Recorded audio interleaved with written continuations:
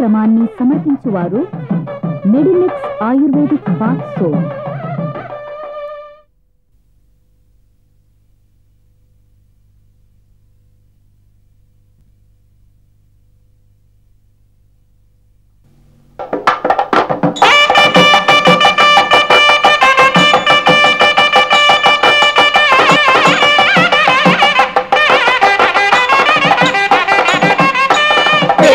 పందిరి పిలిచెనురారండి,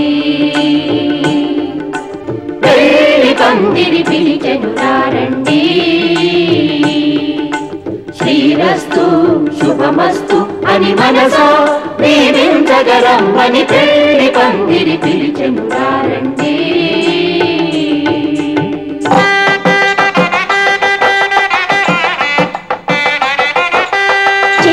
సాచర్యం త్యాగం అన్యోన్యం స్తంభాలైన మందిరమే పెళ్లి పందిరి.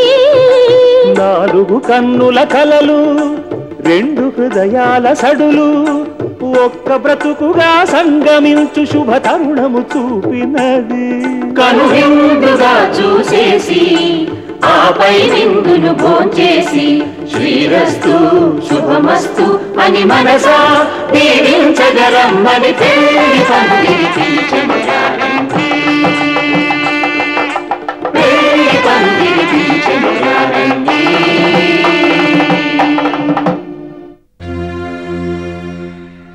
ఓకే, అలాగే అనుకుందాం. కానీ ప్రేమించి నువ్వు సాధించిందేమిటి అతిథి? నీ ప్రేమించే మనసుకి వాడిచ్చిన గౌరవం ఏమిటి? స్వార్థం ముందర పుట్టి చిదంబరం తర్వాత పుట్టాడు. వాడికి పుట్టినవాడే ఈ ప్రసాద్. మీరు చెప్పదలుచుకుందంతా అయిపోయిందా? ఇంకా ఏమైనా ఉందా?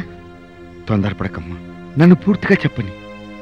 ఆ చిదంబరాన్ని పెళ్లి చేసుకుని మా అమ్మ ఎంత నరకం అనిపించిందో నీకు తెలీదు. ఇప్పుడు నువ్వు ఆ ప్రసాద్ని పెళ్లి చేసుకున్నా అంతకు మించి సుఖపడతావని నేను అనుకోవట్లేదు. అందరికీ మీ తల్లికి పట్టిన గతే పడుతుందని మీరెందుకు అనుకుంటున్నారు? పట్టదు అనుకోవడానికి నీకున్న నమ్మకం ఏమిటి? ప్రేమ.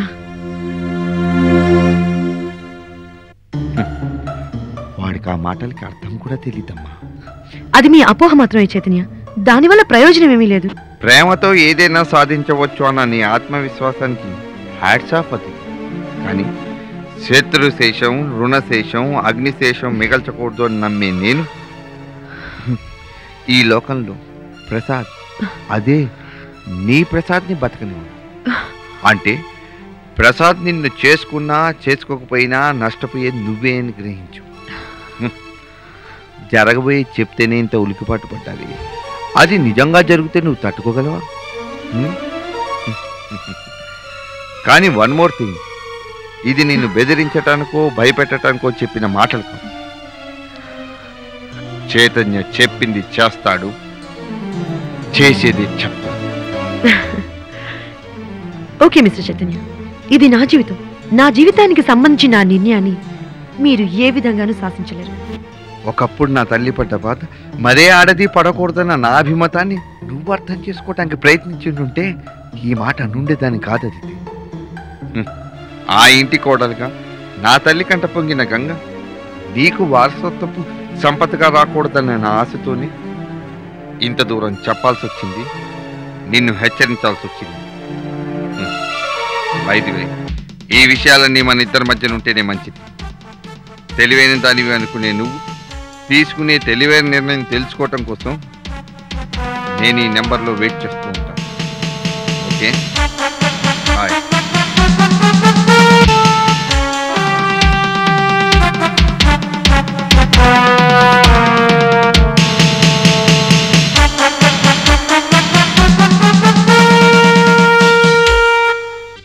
అవును డార్లింగ్, నీకోసం వెయిట్ చేస్తున్నా. వచ్చాయి, 7 కల్లా వచ్చాయి. ఎవరికి అందనంత ఎత్తుగా ఆకాశంలో కూర్చొని మాట్లాడుతున్నా. వచ్చాయి.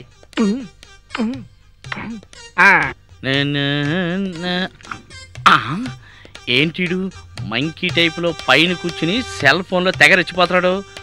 కొంప తీసి నా చిలగ్గా లైన్ వేయట్లేదు కదా. ఏదవ్వా ఒరేయ్ గోపాలకృష్ణ, ఎవరితో సెల్లో మాట్లాడుతున్నావు? 6 4 అవుట్ అవుట్. సెల్ కాదు, బ్రాకెట్ రేడియో స్కోర్ వింటున్నా. స్కోర్ వింటున్నావా? నువ్వు క్రికెట్ స్కోర్ వింటున్నావా? ఒరేయ్ చెత్తకుండీలో గోరికలాడుకునే వెదవి నీకు క్రికెట్ మళ్ళీ స్కోర్ వింటాం. ఒరేయ్ అది సెల్లో పాకెట్ రేడియో నాకు తెలియదు అనుకుంటున్నావా? మరి తెలిసి అడగడం దేనికమ్మా? బుద్ధి లేక అడిగారా గోపాలకృష్ణ. గోపాలకృష్ణ నువ్వు ఒకసారి కిందకి దిగిరా. దిగు. దిగుతున్నాగా. దిగపోతే గిచ్చుతా. దిగుతున్నా. దిగు. దిగుతున్నా. దిగమ్మంటుంటే. ఒరే గోపాలకృష్ణ నీకు ఆ సెల్ ఎక్కడది? కొన్నావా? లేదు, ఫ్రీగా సెట్ చేశా.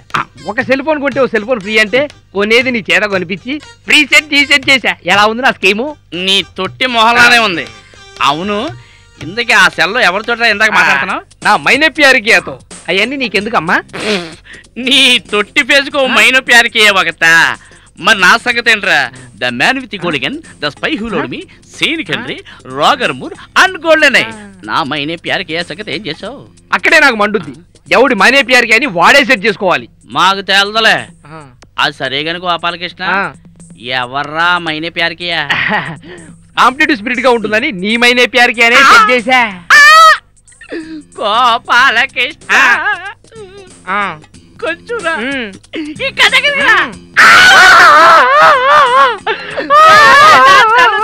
గుండెల్లోనే పొడుస్తావురా. శాపనార్థాలు పెడుతున్నావా? ఓకే పెట్టేయ్. ఒరే గోపాలకృష్ణ, నా చెవిలో బంతి పువ్వు పెట్టు. ఓకే, మందార పువ్వు పెట్టు, సరిపెట్టేసుకుంటాను. కాలీఫ్లవర్ పెట్టు, అడ్జస్ట్ అయిపోతాను. అంతేగాని ఏకంగా బృందావన గార్డెనే పీకొచ్చి నా చెవిలో పెట్టాలని ప్రయత్నించుకు. దెబ్బ అయిపోతావు రే. ఏంట్రా దెబ్బ తినేది? వర్క్ సాంగ్ లేదా? అదే పని పాట లేదా? పిండి కొద్ది రొట్టె, లైన్ కొద్ది ఫిగర్ అన్న సామెతరా. నిన్ను నీ లైన్ వేసుకోవద్దా నాన్న? నీ లైన్ నువ్వేసుకో, నా లైన్ నేనేసుకుంటా. ఏంట్రా నువ్వేసేది? అరటిపండు తొక్క మీద కాలు. నీకు పిచ్చెక్కి చొక్కా చింపుకుని రోడ్డు మీద దొర్లే టచ్ నేను నీకిస్తారా? ఏంట్రా నువ్వు ఇచ్చే టచ్? ఈ సెల్లో ఇప్పుడే నా మైనే పేరుకేతో మాట్లాడా. అమ్మాయి ఇప్పుడే ఇక్కడ వాళ్తుంది. మేమిద్దరం ఎలా ప్రేమించుకుంటామో చూసి నేర్చుకో, ఓర్చుకో. ఓరి నీ స్పీడ్ తగలయ్యా, అంత దాకా వచ్చావా? Ya, that is Gopalakrishna. గోపాలకృష్ణుడు అక్కడే రాగేశ్వరరావు సుజాత. ఒరుతలై పడితే వెండాతో పెట్టి కూటుపల్లి కడిగి పెట్టియా. అంటే ఏంటి? సెల్ ఒకరిది, పెళ్ళి ఒకరిది అని అర్థం. యా. హాయ్ కృష్ణ. నా కోసం చాలా సేపటి నుంచి వెయిట్ చేస్తున్నా అనుకుంటా కదూ. ఎవరి అంకుల్? అంకులా? జుట్టుకు రంగేశానని కూడా చూడకుండా ఈ అమ్మాయి నన్ను అంకులని పిలిచినా నా గుండె ఇంకా పగలలేదేంట్రా గోపాలకృష్ణ. ఒకతాలు పైకి చెప్పడానికి ఇది పౌరాణిక నాటకమేం కాదు, మామూలుగా చెప్పొచ్చు. ఆయన కృష్ణ అలా సాల్వా కప్పుకున్నాడు. లవ్ లో ఫట్టా? జీవితంలో పెళ్ళట్టు చేసుకుంటే ప్రేమించే చేసుకుంటారని, అప్పటి వరకు ఈ కప్పు కూడా సెలవదినని మంగప శపథం చేశాడు కదరా. మరే పాపం అనిపిస్తుంది కదా కృష్ణ. మనం ఆయన ఎక్కువ డిస్టర్బ్ చేయకుండా దూరంగా వెళ్ళి ప్రేమించుకుందాం, సరేనా? ప్రేమించుకుందాంరా. వెంకటేష్, అంజలా జవేరి. పదం అంటుంటే అబ్బా పదరా, నిన్నే పదరా. Bye, tata uncle. మళ్ళీ అంకులా? అసలు ఈ అంకుల్ అనే పదాన్ని కనిపెట్టిన వాడిని పట్టుకుని స్లో మోషన్ లో డిషు డిషు అని తనాలి. కర్ణుడి కవచకుండాలాగా ఈ షాల్ ఒకటి నాకు. ఒరే గోపాలకృష్ణ, నీ మీద రివెంజ్ ఎలా తీసుకోవాలో నాకు బాగా తెలుసురా. బాగా సాధిస్తా. కృష్ణ విజయ నిర్మల. అయ్య బాబు, ఇదేంటి ఈ రోగం వచ్చింది? ఇది మంద కాదు కదా. The man with golden, the spy who loved me, Sean Henry, Roger Moore and golden I.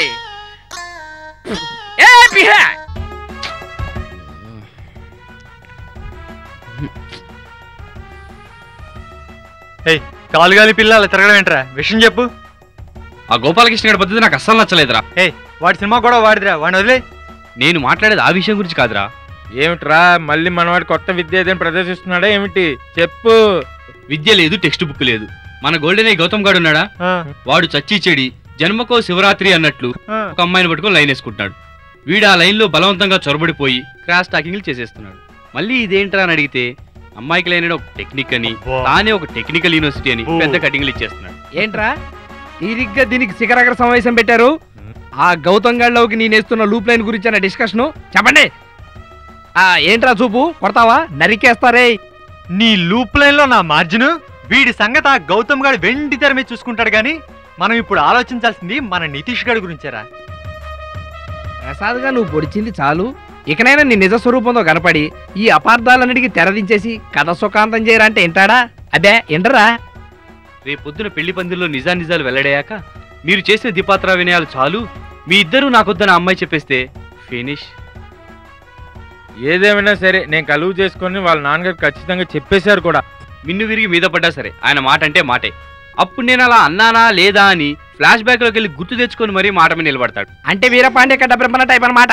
ఏదేమైనా హితం కోరేవాడే స్నేహితుడు గనక మనమంతా మన ఫ్రెండ్కి మంచి జరగాలని కోరుకుందాం. అంతకన్నా మనం చేయగలిగింది ఏముందిరా? ఒరే నేను మీ ఫ్రెండ్నే కదరా, అలా అనుకొని నన్ను వదిలేయచ్చు కదరా. మేము వదిలేస్తాంరా, కానీ ఆ గౌతమ్ గారు నీ కామెడీ ట్రాక్ అయిపోయే వరకు వదలడు.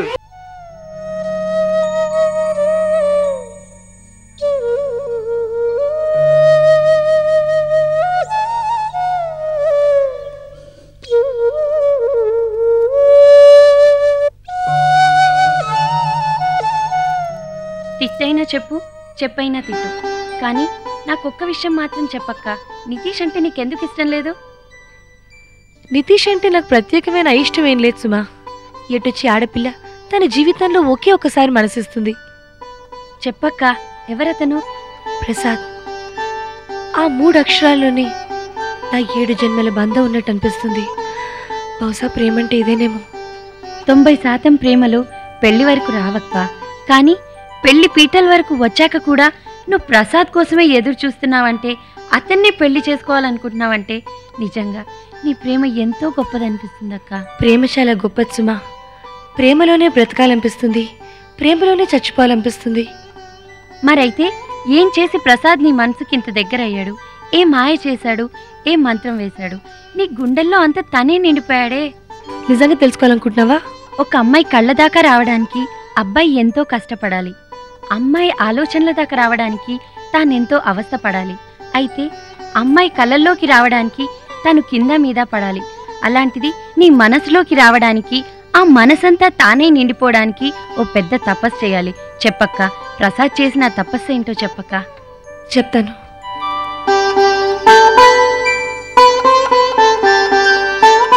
నా చుట్టూ తిరుగుతున్న తన మనసులోని భావాల్ని కవితలల్లి ఇలా ఉత్తరాల నిండా ఎలా నింపేశాడో చూడు ప్రసాద్. రామకోట్ల నా పేరు కోటాది కోటిసార్లు రాసి తన ప్రేమకి అమరత్వాన్ని ఎలా ఆపాదించుకున్నాడో చూడు ప్రసాద్. నా మీద రాసిన కవితలకి ప్రసాద్ ఇలా అందమైన గులాబీ రేఖలు అద్ది పంపినప్పుడు ఆ అక్షరాల్లో గుప్పుమన్న పరిమళం నన్ను ఇంకా వెంటాడుతూనే ఉంది తెలుసా.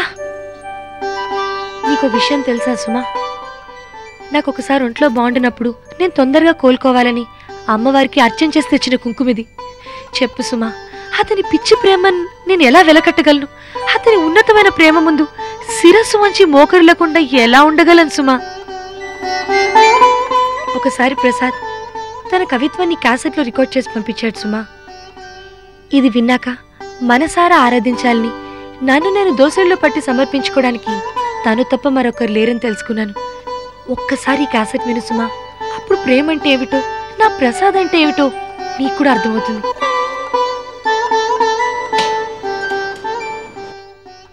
నిమిష జల్లుమంటే అడుగు నీ మనసుకేమైందని, గల్లుమనే అడుగులతో పదా సంగతేమిటని, అదేనేమో ప్రేమ, అదేనేమో ప్రేమ.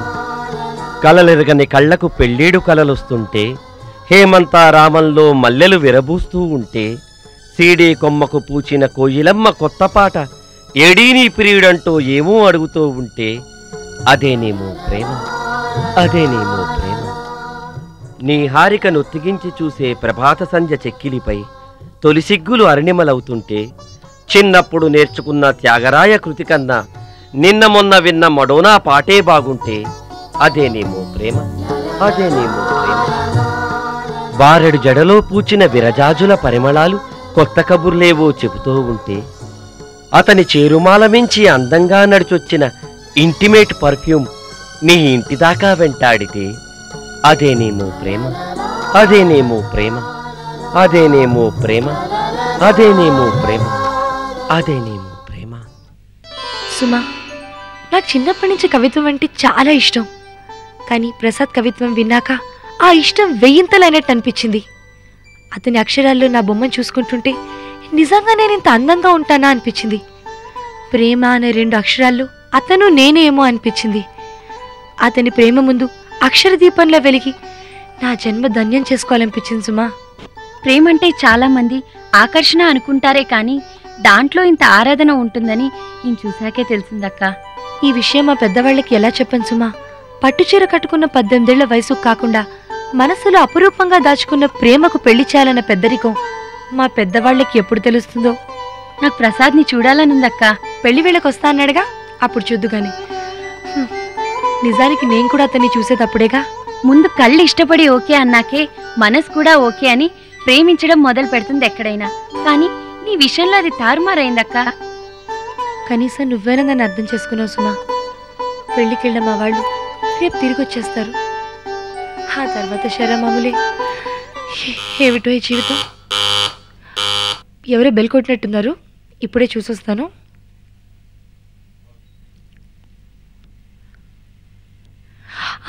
నమస్తే అంకుల్. నమస్తే అమ్మా, బాగున్నావా? బాగున్నానండి. ఏమిటి ఇల్లంతా నిశ్శబ్దంగా ఉంది? నాన్నగారు లేరా? మా బాబాయ్ గారు అబ్బాయి పెళ్లికి వెళ్ళారు. మరి నువ్వు వెళ్ళలేదే? ఇంటికి కాపలాగా పెట్టారా నిన్ను? రండి అంకుల్. ఓకే. ఏం లేదమ్మా, ఈ బీచ్ చివరిలో ఒక లాయర్ ఫ్రెండ్ ఒక ఆయన ఉన్నాడు. వాడికి ఏదో చిన్న యాక్సిడెంట్ అయిందంటే చూసి వెళ్దామని వచ్చాను. ఎలాగో ఇంత దూరం వచ్చాం కదా, ఒకసారి డాడీ దగ్గర కూర్చొని కౌరు చెప్పుకొని విందామని వచ్చాను. రండి అంకుల్. వాగ్దాటి విషయం గురించి వస్తే మీ నాన్నగారేమో గంగాచరి, నువ్వేమో మరీ ముక్తసరి. కూర్చుందని రండి.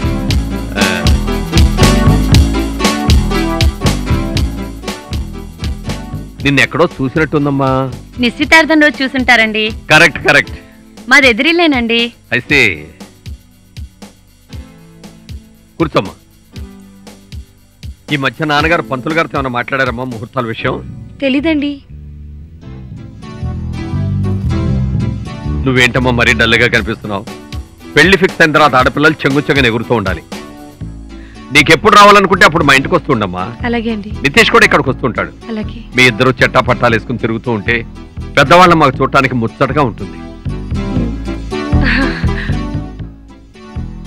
నువ్వు ఇలా డల్గా కూర్చుంటే నాకు ఏ నచ్చలేదమ్మా. నీకే టాపిక్ ఇంట్రెస్టో చెప్పు, దాని గురించి మాట్లాడదాం. ఏమ్మా, కరెక్టే కదా? కరెక్టేనండి. అక్కకి కవిత్వం అంటే చాలా ఇష్టం. Is it? అయితే దాని గురించే మాట్లాడదాం. ఎక్కడి నుంచి ప్రారంభిద్దాం? విశ్వనాథ్ సత్యనారాయణ గురించి ప్రారంభిద్దామా?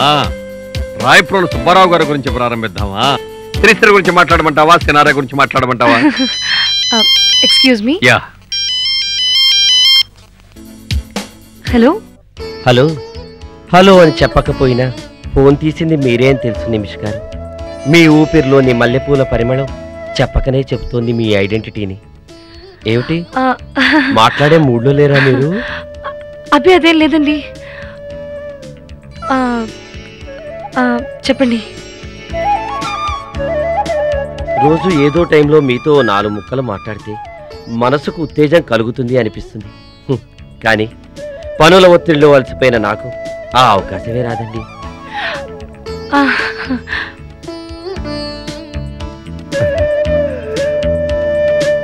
ఎవరే? కళ్ళని కాళ్ళని కట్టిపడేసేమో కానీ మనసును మాత్రం కట్టిపడేలేమండి. అది ఎప్పుడూ మీ చుట్టే తిరుగుతూ ఉంటుంది. రోజు ఎన్నిసార్లు మీరిప్పుడు ఏం చేస్తూ ఉంటారా అని నేను తలుచుకుంటూ ఉంటానో తెలుసా? మీరు కూడా నన్ను అప్పుడప్పుడు జ్ఞాపకం చేసుకుంటూ ఉంటారా? ఇంకెంతకాలం నిమిష్ గారు, తొందరలోనే నేను వచ్చి మిమ్మల్ని కలుసుకుంటాను. కిందటి జన్మలో చచ్చిపోతూ వచ్చే జన్మలో తప్పకుండా మిమ్మల్ని కలుసుకుంటానే మాటని ఖచ్చితంగా నిలబెట్టుకుంటాను. ఏమిటి నిమిష్ గారు, మీరు ఇవాళ నాతో మాట్లాడకూడదు అని అనుకుంటున్నారా? పర్వాలేదులేండి. మీ మనసును అర్థం చేసుకున్న నేను మీ మౌనాన్ని అర్థం చేసుకోలేనా?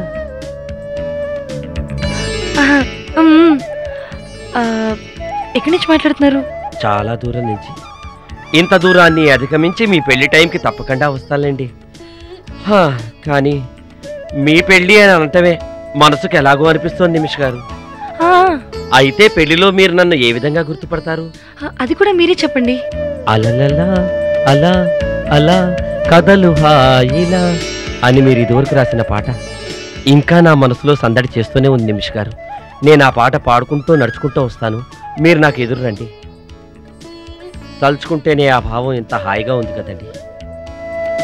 ఇప్పుడు చెప్పండి నిమిష్ గారు, మీ పక్కన ఎవరున్నారు?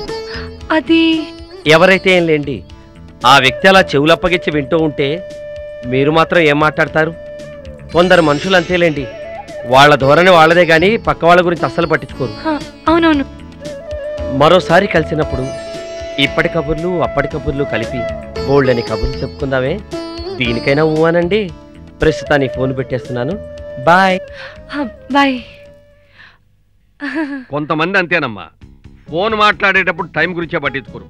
అవతల వ్యక్తి వింటున్నాడా లేదా అన్నది కూడా ఆలోచించకుండా చెప్పదలుచుకుని చెప్పేంత వరకు వదిలిపెట్టరు. అసలు నాకు తెలియక అడుగుతాను, ఫోన్లో అంతంతసేపు మాట్లాడటానికి ముఖ్యమైన విషయాలు ఏముంటాయమ్మా? ఇంతకీ ఫోన్ చేసిన వ్యక్తి ఎవరు?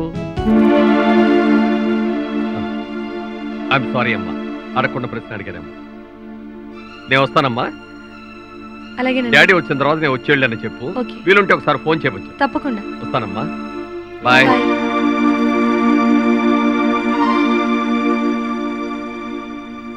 ఏంటక్క నువ్వు ఆయనతో సరిగ్గా మాట్లాడలేదే?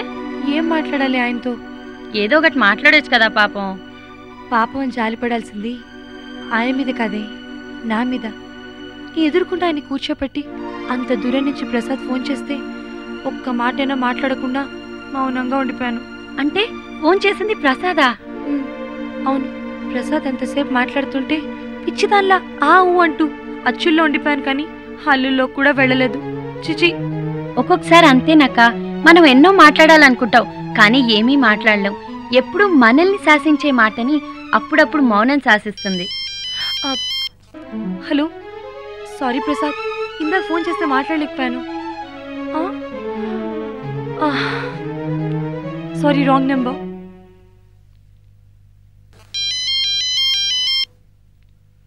Hello, yes Mohan here. What? Chidambaram IP పెట్టాడా? హార్ట్ అటాక్ వచ్చిందా? ఇప్పుడు ఎక్కడున్నాడు? వివేకానంద నరసింహంలోనా? నేను బయలుదేరుస్తున్నాను, ఇప్పుడే వచ్చేస్తున్నాను.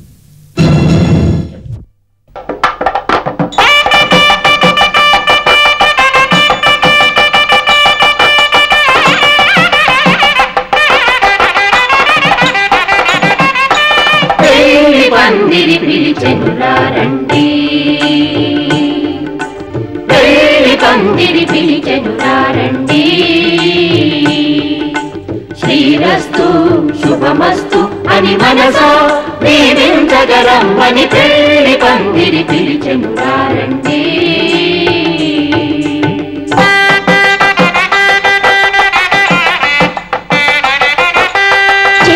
సహచర్యం త్యాగం అన్యోన్యం స్తంభాలైన మందిరమే పెళ్లి పందిరి.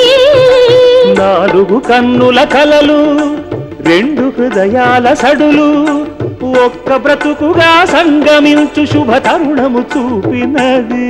కనువిందుగా చూసేసి ఆపై విందును భోంచేసి శ్రీరస్తు శుభమస్తు అని మనసా దీవించగరమ్మని పెళ్లి పందిరి పిలిచెనురారండి, పెళ్లి పందిరి పిలిచెనురారండి, పెళ్లి పందిరి పిలిచెనురారండి.